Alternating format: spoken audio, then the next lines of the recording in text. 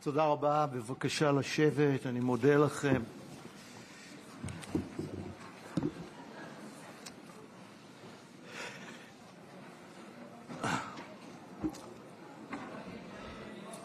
שלום לכולם, חבר הכנסת טיבי, תודה. נשיאת הפרלמנט האירופי, הגברת רוברטה מצולה, וכל חברי המשלחת האורחת הנכבדה מהאיחוד האירופי, אדוני ראש הממשלה, מר נפתלי בנט, שרים, חברי כנסת, ראשי הנציגויות הזרות, אורחים נכבדים, מכובדיי כולם.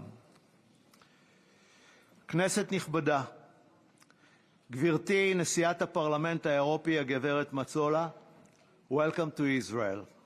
ברוכה הבאה לירושלים, בירתנו, ברוכה הבאה לכנסת, ליבה הפועם של הדמוקרטיה הישראלית. הדמוקרטיה היחידה במזרח התיכון. לכבוד הוא לנו לארח אותך כאן, בבית הזה שמייצג את כל הציבור בישראל. בית שיושבים בו אנשים מאמינים ואתאיסטים, אנשים מלאומים שונים, מדתות שונות, אנשים שנולדו בישראל ואחרים שעלו אליה מכל קצוות העולם. בית בו כל הדעות נשמעות ובו אנו מתווכחים ומכריעים באופן דמוקרטי. אין לי ספק שכמי שעומדת בראש פרלמנט רב-מדינתי מגוון, את יכולה להרגיש כאן בבית. גברתי נשיאת הפרלמנט האירופי, זהו ביקורך הראשון מחוץ לאירופה בתפקיד זה, ואני מודה לך על כך. אנו רואים בבחירתך להגיע לישראל ולדבר בפני מליאת הכנסת כבוד גדול ומעריכים זאת. זהו ביטוי נוסף לקשרים הטובים והחזקים של מדינת ישראל עם מוסדות האיחוד האירופי ושל הכנסת עם הפרלמנט שאת עומדת בראשו. הקשר הזה חשוב ומשמעותי למדינת ישראל מבחינות רבות, וישראל מעוניינת בחיזוקו. הוא מבוסס בראש ובראשונה על הערכים הדמוקרטיים והליברליים המשותפים שישראל חולקת עם מדינות האיחוד ועם מוסדותיו. הוא מבוסס על הקשרים הכלכליים הענפים שהפכו את האיחוד האירופי לשותף הסחר הגדול ביותר של מדינת ישראל. והוא מבוסס כמובן על שיתוף הפעולה הנרחב בתחומי המדע, המחקר והתרבות, שיתוף פעולה שהאנושות כולה מרוויחה ממנו. גברתי נשיאת הפרלמנט האירופי, יש משהו סימבולי בכך שבשנה שאירופה מקדישה לצעירים, בחירתך לפני מספר חודשים הפכה אותך לנשיאת הפרלמנט האירופי הצעירה ביותר בתולדותיו. את מביאה ביחד עם הניסיון שצברת בפרלמנט רוח חדשה של דור צעיר וחדש. דור שמחפש דרכים להפיח תקווה חדשה בקרב צעירים בפרויקט האירופי. דור שמעוניין לטפל באתגרי המחר ובראשם משבר האקלים שהפך לאתגר קיומי.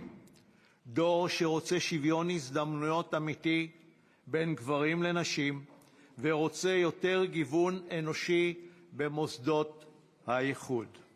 או כפי שאמרת בנאומך בפני מליאת הפרלמנט מיד לאחר בחירתך, למען הפוליטיקה של התקווה. כולי תקווה שישראל תשתלב ברוח החדשה הזו שאת ומנהיגים צעירים אחרים באיחוד מובילים, וכולי תקווה שניצור יוזמות חדשות בין הכנסת לבין הפרלמנט האירופי. גברתי, בחודשים האחרונים ידעה ישראל גל טרור נוסף שגבה את חייהם של 20 בני אדם והביא לפציעתם של יותר מ-60. גל הטרור הזה, כמו שרבים לפניו, הוא תוצאה של שנאה והסתה שמופצת כנגד מדינת ישראל. הוא מתחיל בספרי הלימוד ברשות הפלסטינית שמוחקים את קיומה של מדינת ישראל, מפיצים שקרים אנטישמיים אודות היהודים וקוראים באופן מפורש לאלימות. הוא ממשיך בכסף שמשלמת הרשות הפלסטינית למחבלים על הרג חפים מפשע, תוך שהיא מקבלת תרומות וכספים. This is the Israeli parliament. You see? תודה. תודה רבה, חבר הכנסת טיבי. תודה. מקבלת תרומות, חברי הכנסת, תכבדו בבקשה את האירוע. מקבלת תרומות וכספים רבים גם מהאיחוד האירופי. והוא מגיע לכדי הסתה ושקרים שמופצים ברשת כאילו מדינת ישראל פוגעת במקומות הקדושים. המעשים והשקרים הללו מלבים את האש, מפיצים שנאה, יוצרים אווירה של אלימות ולבסוף מביאים לגל טרור. מדינת ישראל מצפה ממך, גברתי, ומכל חבריה באיחוד האירופי לעמוד לצידה כנגד התופעות המסוכנות הללו שמלבות טרור ורצח, ולא יאפשרו לעולם להגיע לפתרון הסכסוך. יש בכוחכם כדי להשפיע ולמנוע מהדור הצעיר הסתה בבתי-הספר בכסף שאתם מממנים. גברתי, לצערי גם בשנה שעברה ראינו עלייה במקרי האנטישמיות באירופה. המגפה עתיקת היומין הזו לא נעלמה מן העולם. היא מתפשטת וחושפת את פניה המכוערות פעם אחר פעם, ויש להמשיך להילחם בה ובסכנות שהיא מציבה. שמחתי לשמוע בנאום שנשאת לאחר בחירתך, גברתי, כי את מתחייבת למאבק בנגע האנטישמיות. יש לכך חשיבות רבה מאוד. כמו כן, חשוב להבין כי הנגע הזה משתנה, פושט ולובש צורות אחרות. בשנים האחרונות האנטישמיות מתחפשת לביקורת כביכול על פעולותיה של מדינת ישראל. ברצוני להבהיר, לגיטימי לבקר את מדינת ישראל וממשלתה, אך כאשר דורשים ממדינתו של העם היהודי וממנה בלבד סטנדרט אחר ביכולתה להגן על עצמה מפני התקפות טרור, זוהי אנטישמיות. כאשר ארגוני BDS שוללים את זכותה של מדינת ישראל להתקיים כמדינה יהודית ומערערים על עצם זכותו של העם היהודי למדינה משלו, זוהי אנטישמיות. ואנו מצפים מידידינו לומר זאת בפה מלא ולהיאבק בכך. אנו גם מצפים מידידינו לעמוד מול הטרור המדינתי שמפעילה איראן באמצעות הזרועות שהיא שולחת לכל המזרח התיכון. זרועות טרור שמטרתן לערער את המשטרים באזור.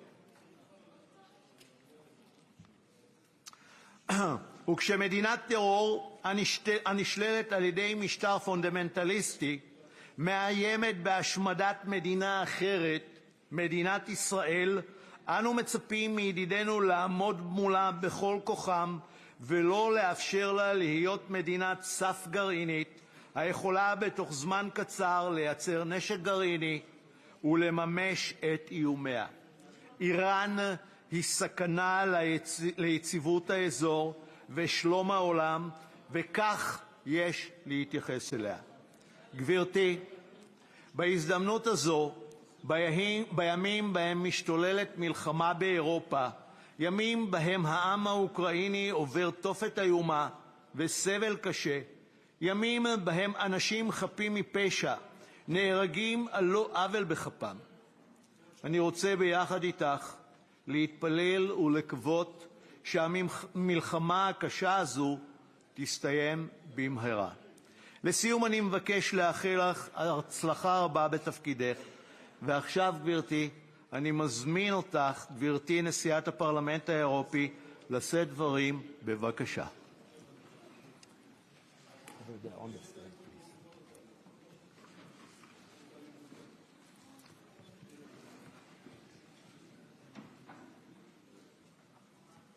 Thank you very much, dear Mr. Speaker, Mr. Prime Minister, dear members. Erev Tov, Shalom Lekulam.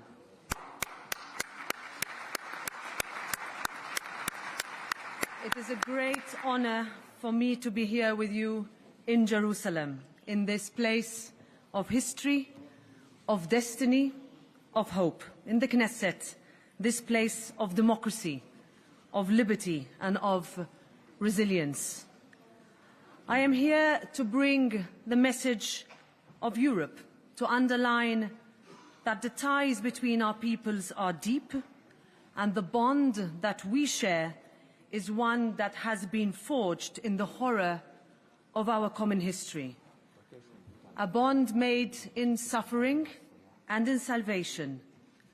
A bond whose strength lies in its openness, honesty, straightforwardness, even criticism, but a bond that has and will withstand the test of time. This is my first visit. It will not be my last. And I wanted to come early in my mandate to send a signal of our willingness to engage, to underline the Parliament's commitment to furthering our ties and to underscore that the European Union and Israel share more than history. Today, I want to focus on the future, on the strong partnership that exists between Europe and Israel and how we can develop this further, about strengthening the links between the European Parliament and the Knesset. I'm here to talk about improving ties in culture, in science, in trade, in education, in art, in research and in technology, about peace, about facing the future together. I am an optimist, but I'm not blind to the challenges that you confront, to the threats, some existential, that you face, of the difficulties in supporting a vibrant democracy. I am an optimist because I know that these challenges can be overcome. It is, to many outside of Israel, inconceivable that Israel's right to existence is still put into question. And let me be clear, Europe will always back Israel's right to exist. It was John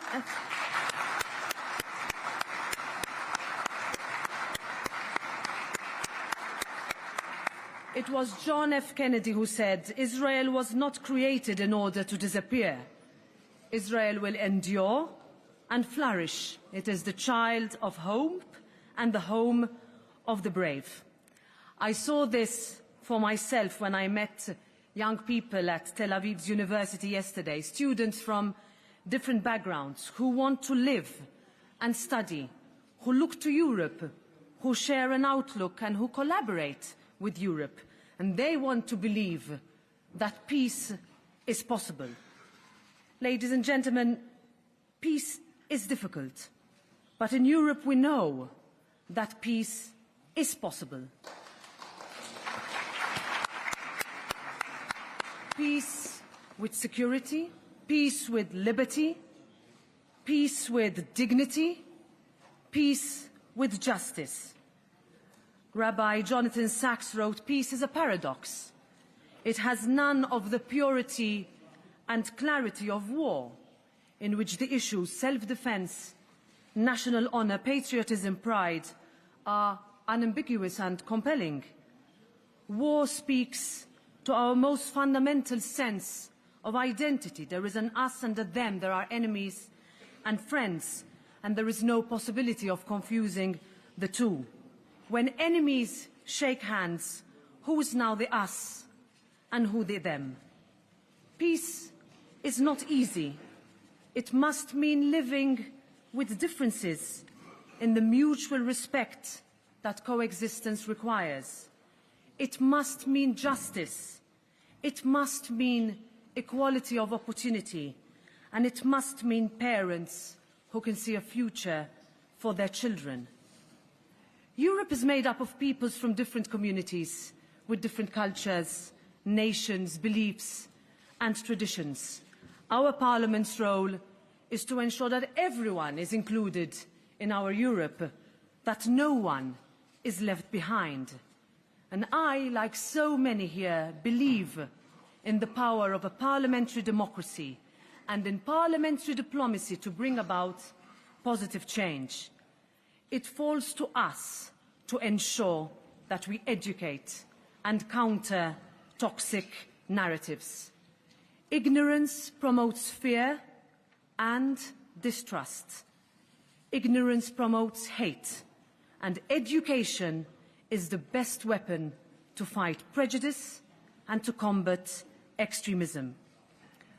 I had the honor of visiting Yad Vashem today, an emotional reminder of lives lost, of children murdered simply because their grandparents were Jewish, but also of memories forever saved. It pains me to say that today we are seeing anti-Semitism on the rise. We know that this is a warning sign for humanity, and it matters to all of us. I will not be ambiguous. To be anti-Semitic is to be anti-European.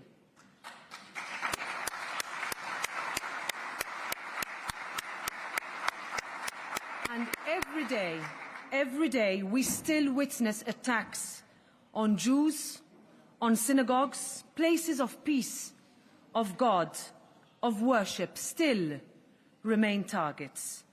The European Parliament is committed to breaking the cycle, to combating anti-Semitism, to ensuring that we remember the devastation of history and that the lessons of the past will never be forgotten. We have a duty to remember, even when the voices of the survivors are not able to be heard anymore. The European Parliament understands its responsibility in doing that. The first female president of our Parliament, Simone Veil, number 78651, who survived the horror and evil of Auschwitz to change the face of Europe. And our commitment is therefore as personal as it is institutional. And I commit to you that we will not waver. Dear fellow parliamentarians, my message today is about hope. Hope in peace, hope in healing, hope in the future, hope in justice, hope in the certainty of belief, belief in the will of people and the ability of our generation to overcome, to address the challenges that have eluded generations past. And it is that sense of hope, that burden of history, that belief that has led the European Union's response to the invasion of Ukraine. Putin brought war back to Europe, an outrageous invasion of a sovereign, independent Ukraine. Today, the very foundations of the world's rules-based order have been shaken to the core.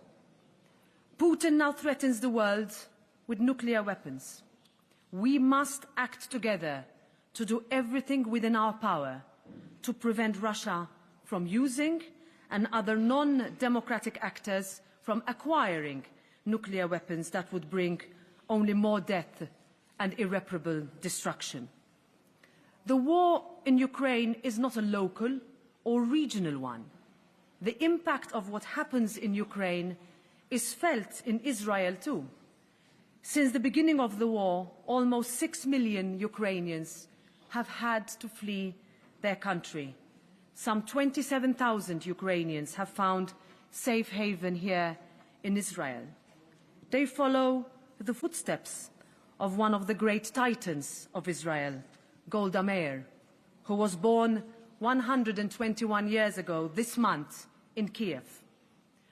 Russia is threatening the world's food security, destroying fields, blocking transport routes, inciting artificial food shortage.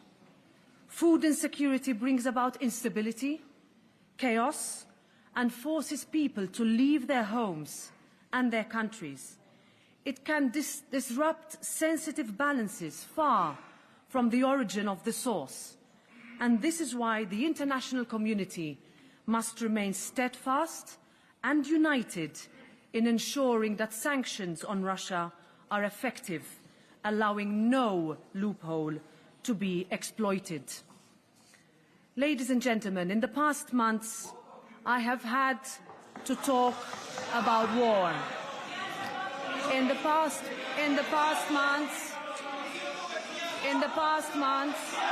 I have had to talk about war. תודה. חבר הכנסת טיבי, זה לא מכובד. חבר הכנסת טיבי, בבקשה.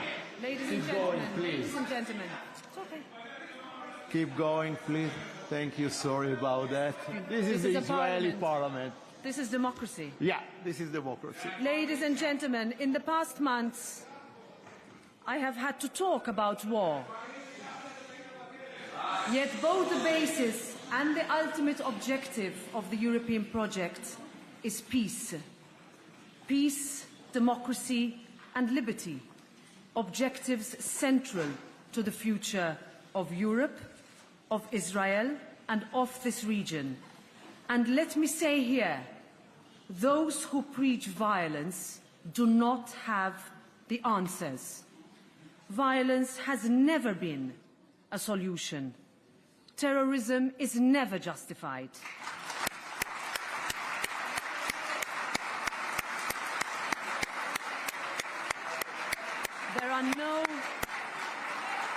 There are no excuses for terror.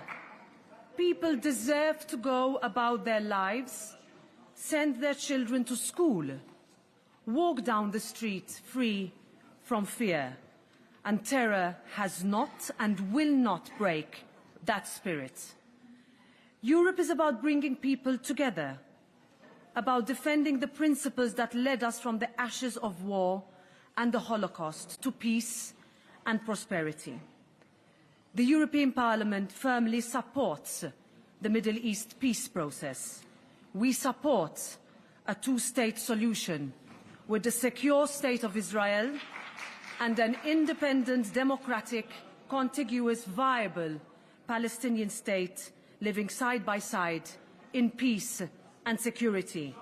I know there are those who do not agree. תודה רבה. חבר הכנסת בן גביר, חבר הכנסת בן גביר, חבר הכנסת בן גביר, אני לא רוצה להוציא אותך.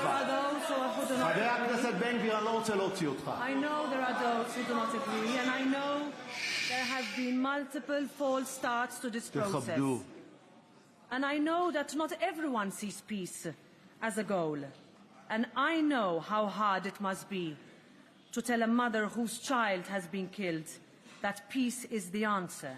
And there are too many such mothers, far too many.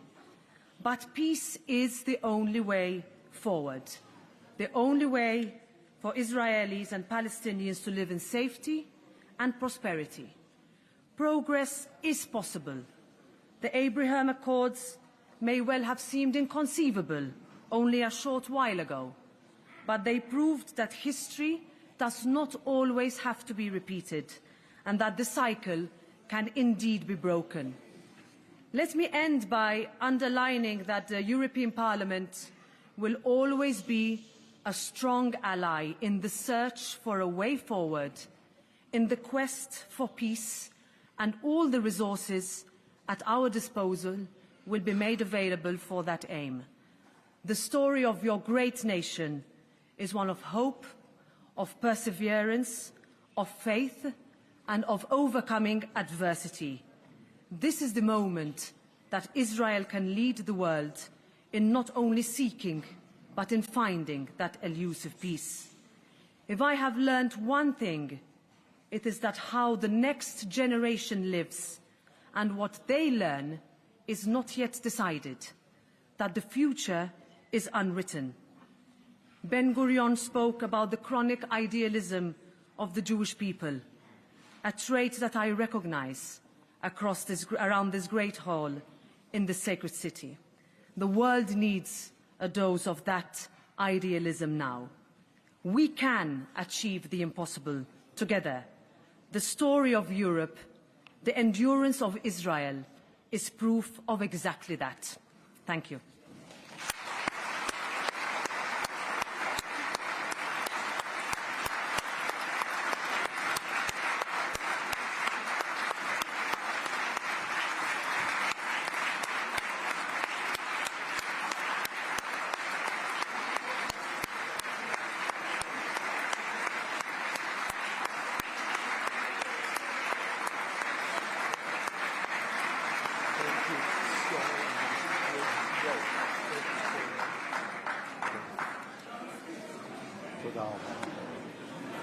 חברי הכנסת, נכבד בקימה את כבוד נשיאת הפרלמנט האירופי ואת כבוד יושב ראש הכנסת.